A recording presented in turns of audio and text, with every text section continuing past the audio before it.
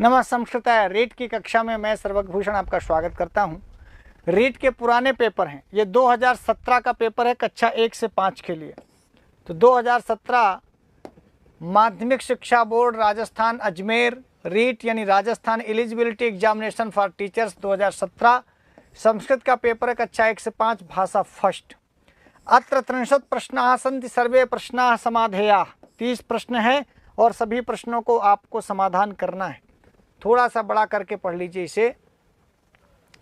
तो देखिए पहला प्रश्न है, छात्र अध्यापक से पढ़ते हैं इत्यस्य संस्कृतेन अनुवादम कुरुत। छात्र अध्यापक से पढ़ते हैं तो भैया छात्राध्यापकम पठन्ति, छात्राध्यापकेन, जब यहाँ छात्रा है तो पठन्ति है, गलत हो गया। छात्राध्यापकेन पठन्ति, यहाँ भी गलत हो गया क्योंकि अध्यापकेन इधर पठन्ति इधर एक है। छात्रा अध्यापकात् पठन्ति, छात्र अध्यापक से पढ़ते हैं। छात्रा अध्यापक से पठन्ति, अध्यापक के पढ़ते हैं नहीं होगा।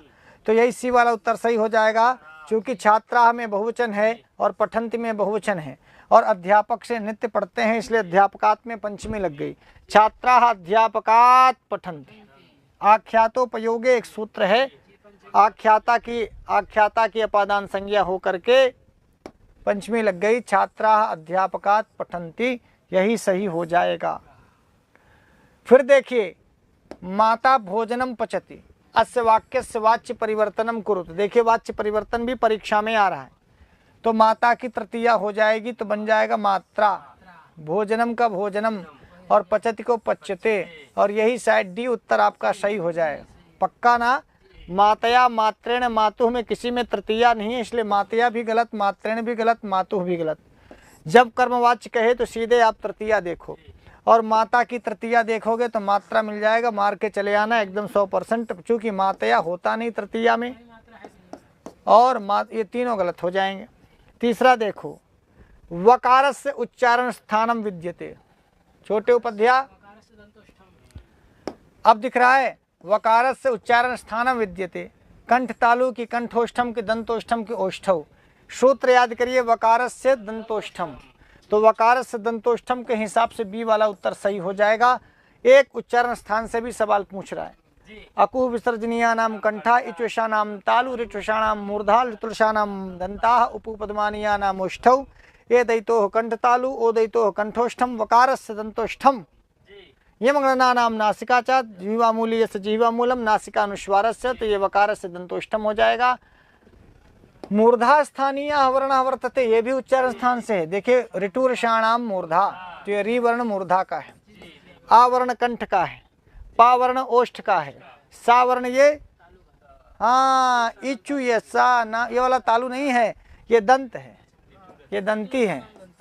हाँ ये वाला दंती सा है, ये ओष्ठ का पा है, ये कंठ का आ है और ये मूर्धा का री है।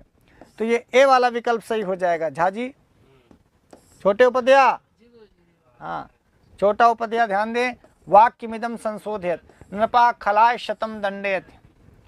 खलाय में चतुर्थी है, दंड धातु का प्रयोग है। दुहु याच पच दंड, दु अकथितंचा सूत्र देखो, दुहु याच पच दंड रुद्ध प्रच्छ ची ब्रू शास जी। ऐसी आप 16 धातुएं देखे होंगे तो आप यहाँ पर देखिए द्वितीया लगेगी। खलाय में जो चतुर्थी है यही गलत है, इसी का संशोधन कर दीजिए। तो कौन सही हो जाएगा? नृपा खलम शतम दंडयति, दंड धातु के प्रयोग में खल की अकथितन चा से कर्म संज्ञा होकर द्वितीया लग गई। बोलो हाँ या ना? तो बन गया नृपा खलम शतम दंडयति।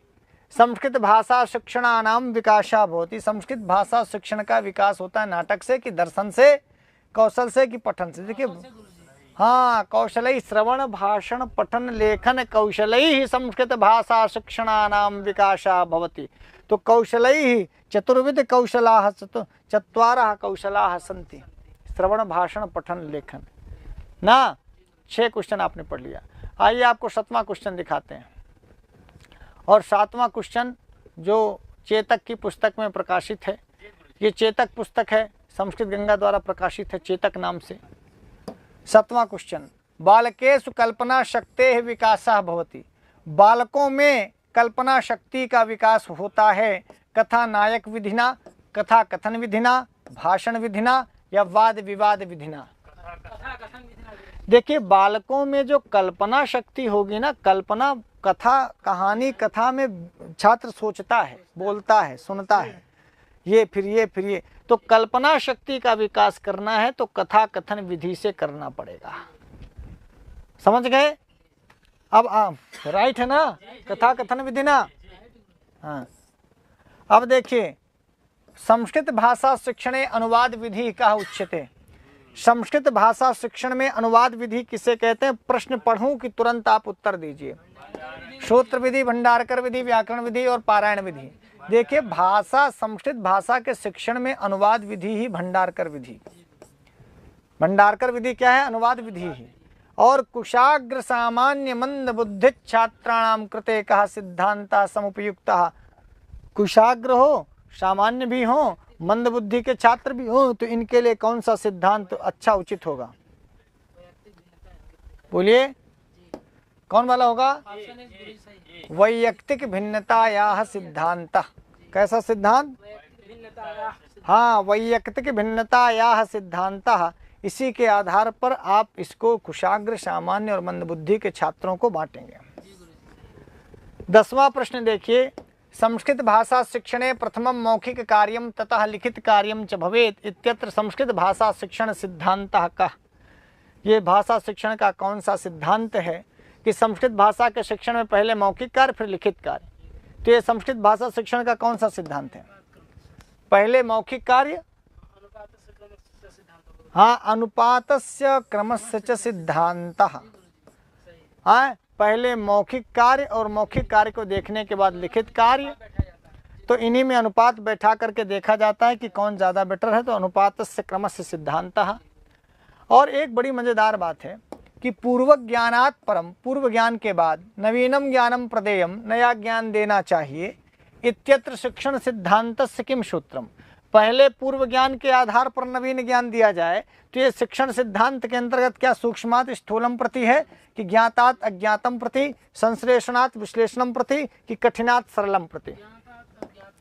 देखिए, जो पूर्व ज्ञानात है वही तो ज्ञात है और जो नवीन ज्ञान देना है वो अज्ञात है।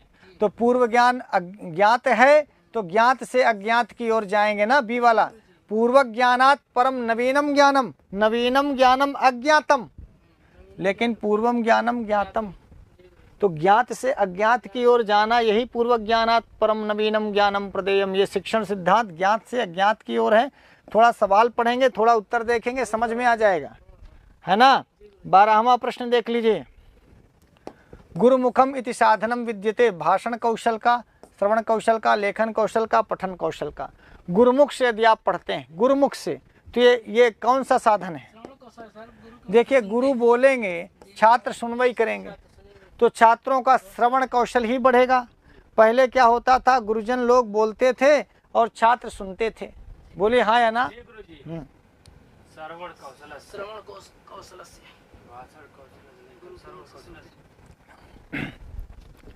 तो यही देखना है, गुरुमुख उसी को कहते हैं।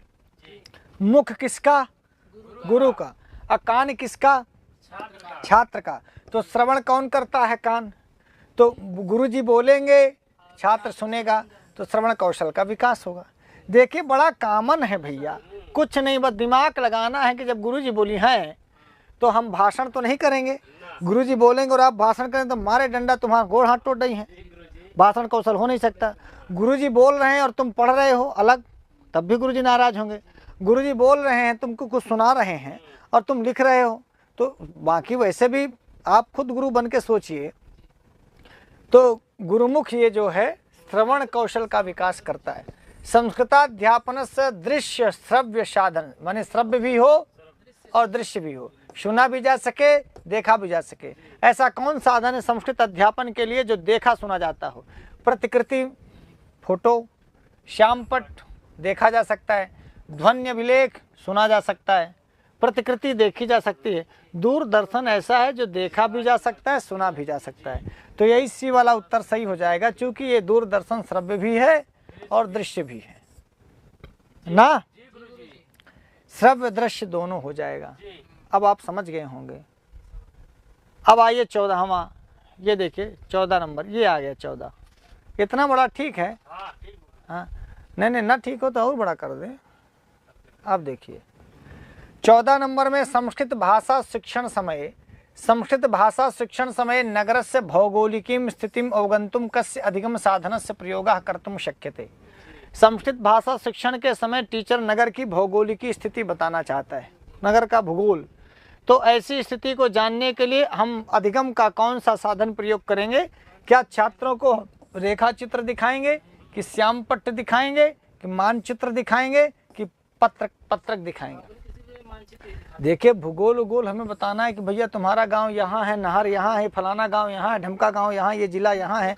तो इसके लिए हम हाँ कहाँ पर पहाड़ है, कहाँ पर नदियाँ हैं, कहाँ हमारा स्कूल है, कहाँ तुम्हारा गांव है, कहाँ पड़ोस का गांव है, ये छात्र को बताना है। संस्कृत भाषा शिक्षण समय भौगोलिकी स्थिति तो मानचित्र से ही आप बता सकते हैं। ए वाला उत्तर सही होगा। और आइए 15वां प्रश्न की चर्चा करें, जहाँ लिखा है कि भैया पाठ्य पुस्तकस्य स्थानम शिक्षणे महत्वपूर्णम विद्यते। पाठ्य पुस्तक का स्थान शिक्षण में महत्वपूर्ण होता है। क्या बालकानां ज्ञानस्य सीमायाः विस्ताराय, कि व्यवहारिक ज्ञानस्य संपादनाय, छात्रेषु स्वाध्यायं प्रति रुच्युत्पादनाय, उपर्युक्तानां सर्वेषां उद्देश्यानां संपादनाय। देखिए पाठ्य पुस्तक का स्थान शिक्षण में बालकों के ज्ञान की सीमा का विस्तार भी होता है। व्यवहारिक ज्ञान भी छात्र पुस्तकों में पढ़ करके सीखता है कि रामादिवत वर्तितव्यम न रावणादिवत। और छात्रों में स्वाध्याय के प्रति रुचि तभी आती, फोटो सोटो बना रहता है, किताब में लिखा रहता है, अच्छी कहानियां होती हैं, लड़के की रुचि होती, ससुरा ना किताबें होगा तो कौन बात की रुचि होगी, लड़का पढ़ाई नहीं करेगा बिना कॉपी किताब। तो उपर्युक्तानां सर्वेषां उद्देश्यानां संपादनाय पाठ्य पुस्तक के स्थान शिक्षण में महत्वपूर्ण भूमिका निभाती है ना। हमारे सामने छोटे उपाध्याय एकदम एक्सपर्ट बैठे हैं संस्कृत शिक्षण के, और वो बैठे रहते हैं तो हम बड़े हिम्मत के साथ उत्तर लगाते हैं। कोई एक्सपर्ट बैठा हो कि कहीं गड़बड़ा न जाए।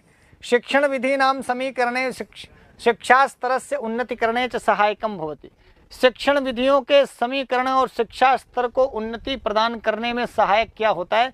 पाठ्य पुस्तक की गृह कार्य की मूल्यांकन की अध्यापन।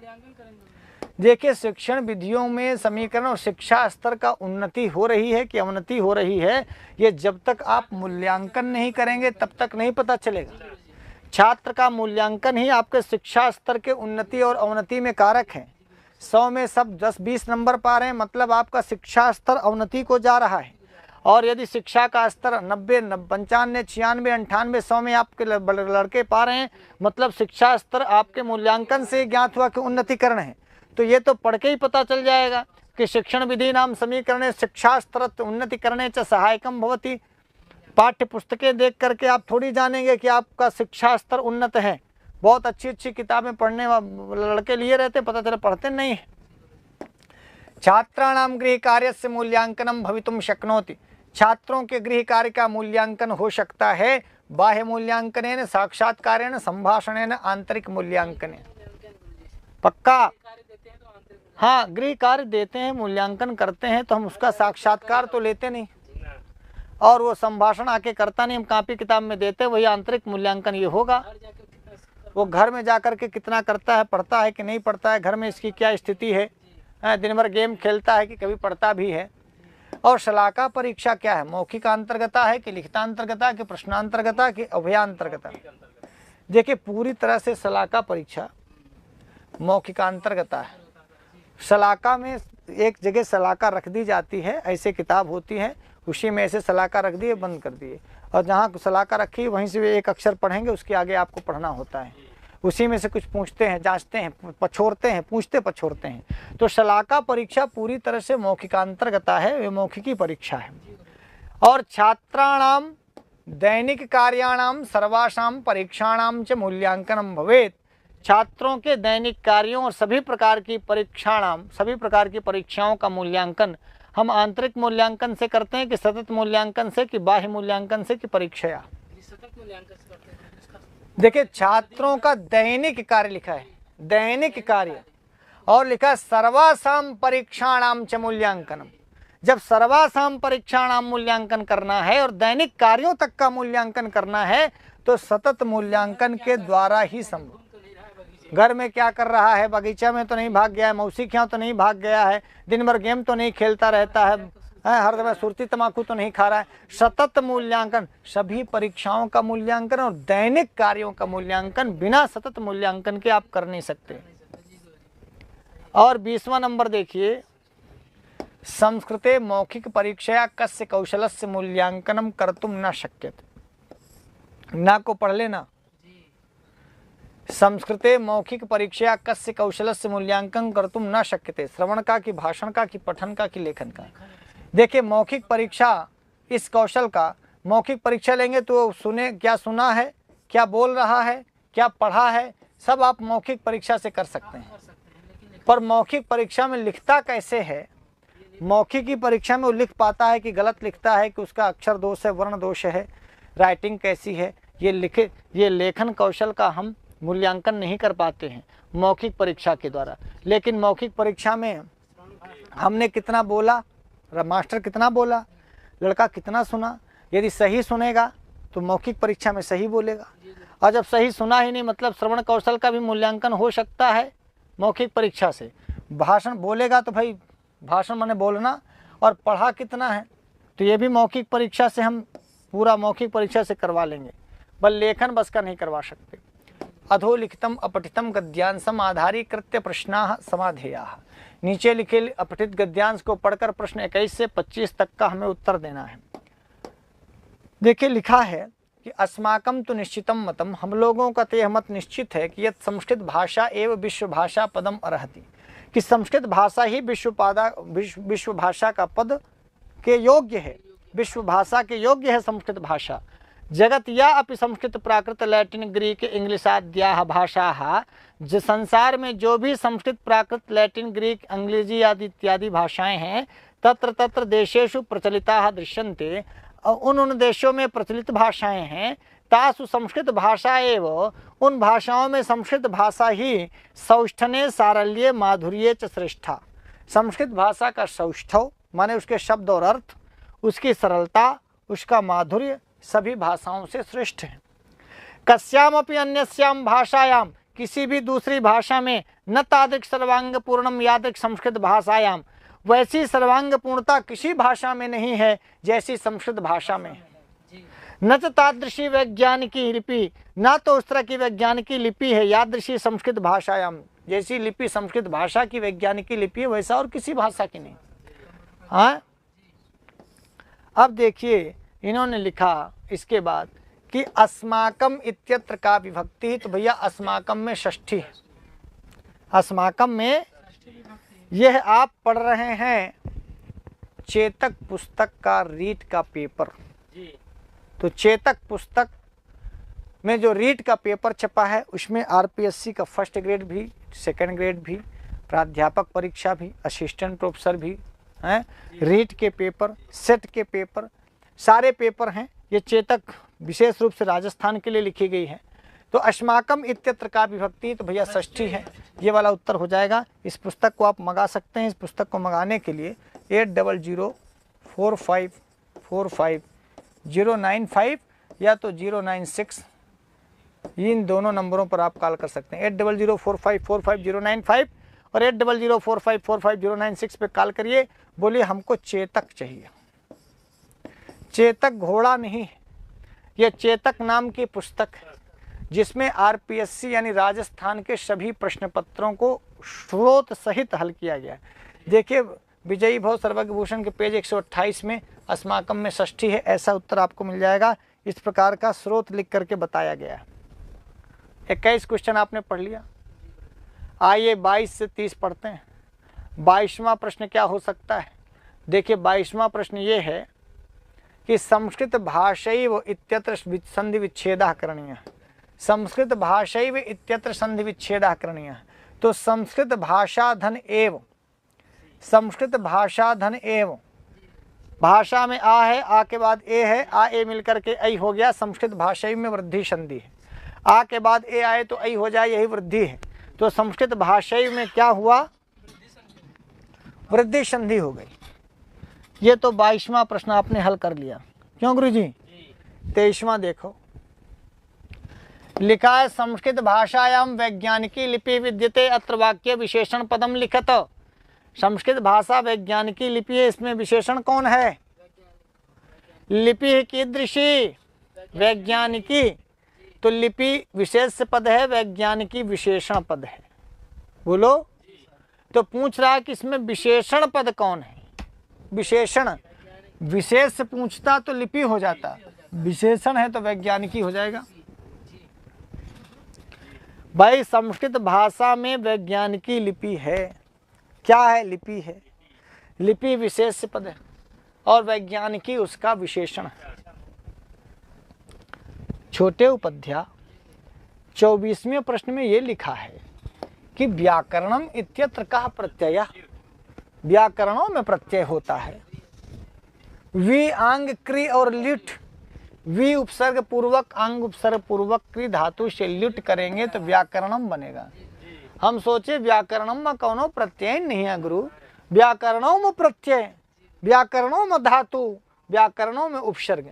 व्याकरणम में दो उपसर्ग हैं, एक वी है एक आंग है, और क्रि धातु से लिट करेंगे और लिट प्रत्यान सब बनता है व्याकरणम, पठनम, लेखनम, चलनम, गमनम, भवनम। क्यों?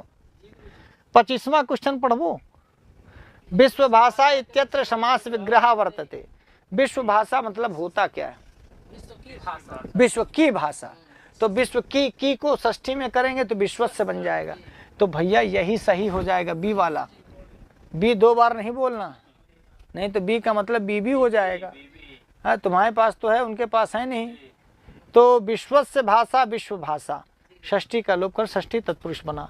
अब निम्नलिखितम श्लोकम आधारीकृत्य निम्नांकिता प्रश्न 26 से 30 समाधेयाः। एक श्लोक है, आपने बहुत बार पढ़ा होगा, बहुत ही पॉपुलर श्लोक है, संस्कृत में बहुत पॉपुलर श्लोक है? लिखा है भवन्ति नम्रास्तरवः फलोद्गमये नवाम्बुभिर्दूरविलम्बिनो घनाः अनुदता सत्पुरुषा समृद्धिभिः स्वभावैवैष परोपकारिणाम्। जब पेड़ों में फल आ जाते हैं तो भवन्ति नम्रास्तरवः फलोद्गमैः, वृक्ष झुक जाते हैं। नवाम्बुभिर्दूरविलम्बिनो घनाः, जब बादलों में पानी आ जाता है तो वो बहुत पास आ जाते हैं, लटक जाते हैं। और अनुद्धता सत्पुरुषा समृद्धि भी, जब सत्पुरुषों के पास समृद्धि आ जाती है तो वो अनुद्धत हो जाते हैं, माने उद्दंडता छोड़ देते हैं, बहुत विनम्र हो जाते हैं। यही स्वभाव है परोपकारियों का। और ससुरा हम लोगों के पास पैसा आ जाए तो हम लोग उछलने लगते हैं, सज्जन लोग समृद्धि आने पर अनुद्धत हो जाते हैं, हम लोग उद्धत हो जाते हैं। सत्पुरुषा इत्यत्र कः समासः? सत्पुरुषाः कर्मधारय समास हो जाएगा। सत्पुरुषः सत्पुरुषः। आगे देखिए लिखा है एवैष, एवैष इत्यत्र का संधित एव धन एषः, एव धन तो क्या हो जाएगा? बीबी हो जाएगा। वृद्धि संधि नहीं बोल रहा, देखिए कह रहा बीबी हो जाएगा। अरे बीबी नहीं, वृद्धि बोल नहीं सकते, इतना बीबी आया हुआ है। एवैष में एव धन एषः इत्यत्र का संधि वृद्धि संधि बोलो, ये विकल्प बोलता है। बी खास कर को बी को दो बार जरूर बोलता है, हैं? तो एव धन एषः, एव धन एषः, एव के बाद में आ है, आगे ए है, आ ए मिलकर के आई हो गया। एवैषा में वृद्धि रेची से वृद्धि संधि होगी ना। बीरेन, बी माने बीरेन भी तो हो सकता है। एक बार बोलो तो बीरेन, दो बार बोलो तो बीबी, बीरेन की बीबी। वाह गुरु। अस्मिन् श्लोके किम छंदः प्रयुक्तम? इस श्लोक में कौन सा छंद है? भवन्ति नम्रास्तरवः फलोद्गमे श्रेयः कुरूणामधिपस्य पालनीम् ना। तो वंशस्थ है। जतौ तो वंशास्थ मुदीरितं जरौ भवन्ति नम्रास्तरवः फलोद्गमे। ठीक है, तो वंशस्थ छंद है जतौ जरौ, जगन तगड़ जगन रगन। 29वां पढ़ो भैया झा जी। छोटे उपाध्याय भवन्ति नम्रास्तरवा फलोद्गमे इत्यत्र विशेष्य पदम किम। ध्यान से सुनना, विशेष्य पदम किम, विशेषण नहीं पूछ रहा है, विशेष्य पदम किम बताओ। देखिए नम्राह माने नम्र हो जाते हैं, झुक जाते हैं, तो नम्राह विशेषण है तरवाह का, तो तरवाह हो गया आपका विशेष। तरवाह की विशेषता बता रहे हैं कौन? नम्र। तो नम्र हो गए आपके विशेषण, नम्र हो गए, तो नम्र विशेषण है और तरवाह विशेष्य है। तो यहाँ पूछ रहा है कि विशेष्य पदम किम, तो तरवाह में आप डी माने दादाजी, डी सही हो जाएगा तरवाह। और यदि वहीं पर विशेषण पूछता तो नम्राह बी सही हो जाता। नम्राह तरवाह, कीदृशाः तरवाः। अब आखिरी प्रश्न ले लीजिए, अनुद्धताः इत्यत्र कः प्रत्ययः। तवतु है, क्ता है, तब्यत है, क्षत्रिय है, क्या होगा?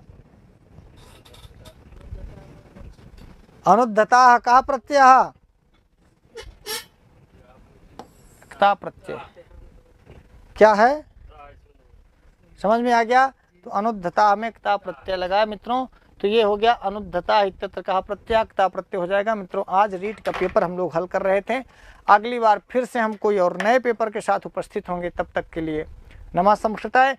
ध्यान रखिएगा, आरपीएससी रीट राजस्थान सबके लिए चेतक पुस्तक है, यदि वो आपको चाहिए तो संस्था में फ़ोन करके आप उसको मंगा सकते हैं। 80004545 और 096 ये 2 नंबर हैं, इन पर कॉल करके आप चेतक का ऑर्डर कर सकते हैं।